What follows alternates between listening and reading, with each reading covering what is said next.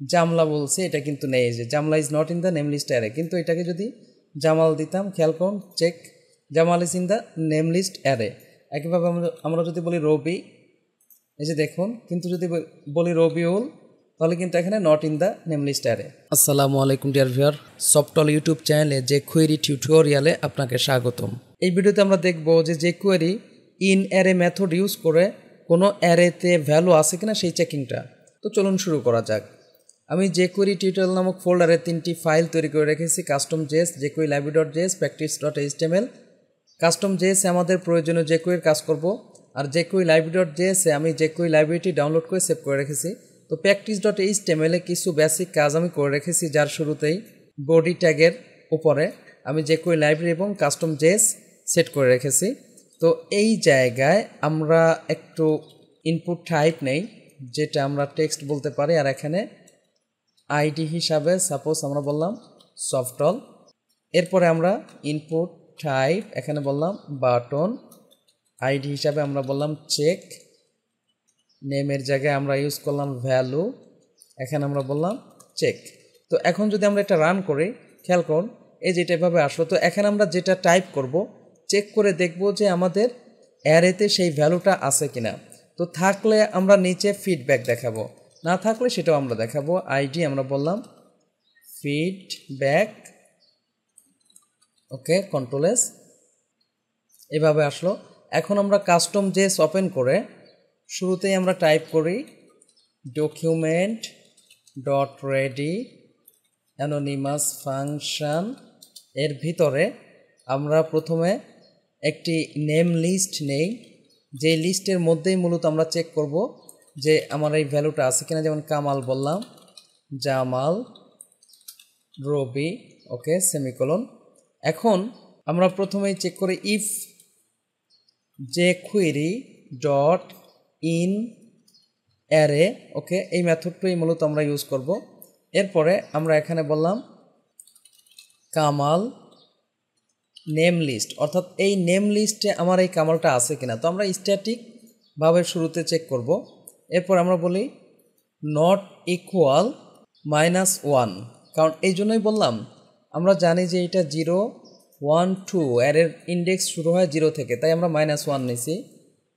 এরপর আমরা এখানে এভাবে এখানে আমরা আবার বললাম if jQuery dot in array, just এই জায়গায় আবার কামাল নিয়ে বললাম নেম লিস্ট ইকুয়াল 0, জাস্ট বোঝার স্বার্থে আমি এটা করতেছি।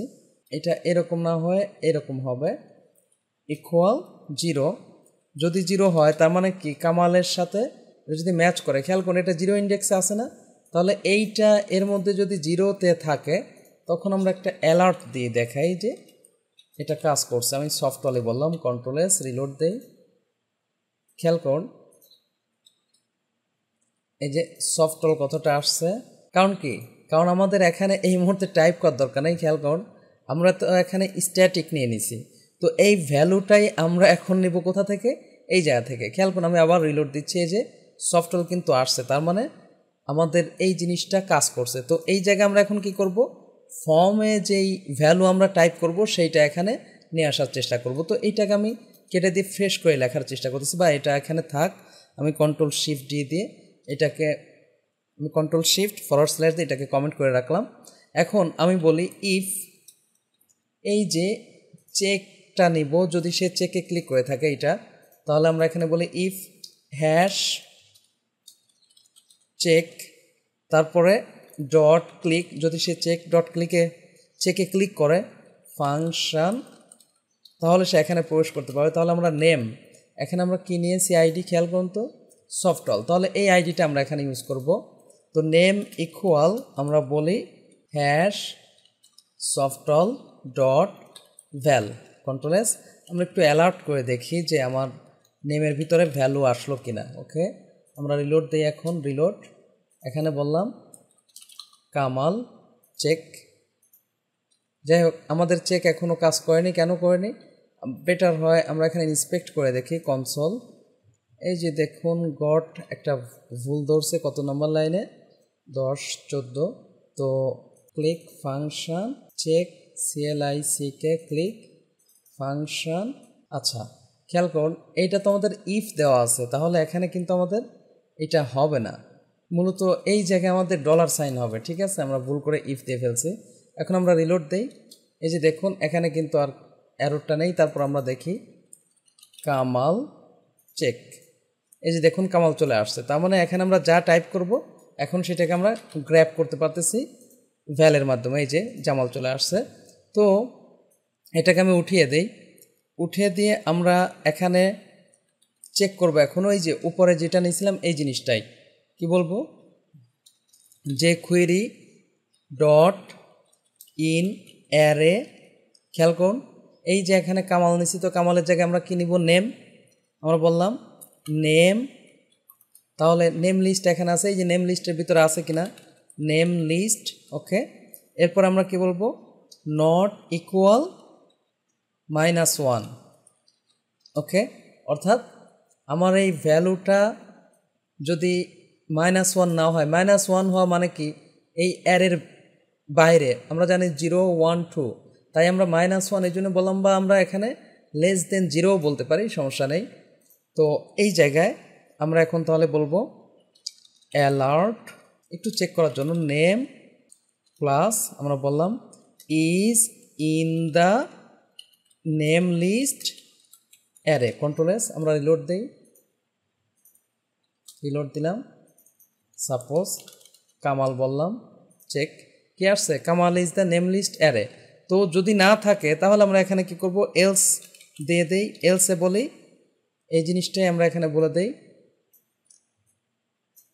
জাস্ট কি বললাম, name is not in the okay name list array. আমরা এখন রিলোড দেই, খেয়াল করুন এই জায়গায় আমি লিখলাম রুবেল, কি বলছে, Rubel is not in the name list array, কারণ এই যে রুবেল এখানে নেই। কিন্তু যদি রবি বলি, এই যে দেখুন Robi is the name list array, কিন্তু এই জায়গায় আমরা কি করেছি, যে ফিডব্যাক রাখছে, এই ফিডব্যাকের মধ্যে আমরা এটা দেখিয়ে দিই। তো তার জন্য এখানে আমরা এটা কেটে দিয়ে জাস্ট বলবো .html, এখানে আমরা বলি হ্যাশ ফিডব্যাক। ওকে, একইভাবে Ctrl+C বা পুরোটা আমরা নিয়ে আসি, Ctrl+C, এই যে অ্যালার্টের পরিবর্তে এখানে আমরা এটা দিয়ে দেবো Ctrl+S।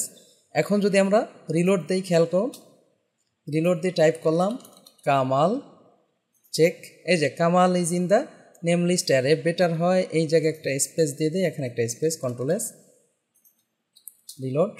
খেয়াল করুন আমি বললাম জামাল, জামলা বলছে, এটা কিন্তু নেই, যে Jamla is not in the name list array, কিন্তু এটাকে যদি জামাল দিতাম, খেয়াল করুন check, Jamal is in the name list array.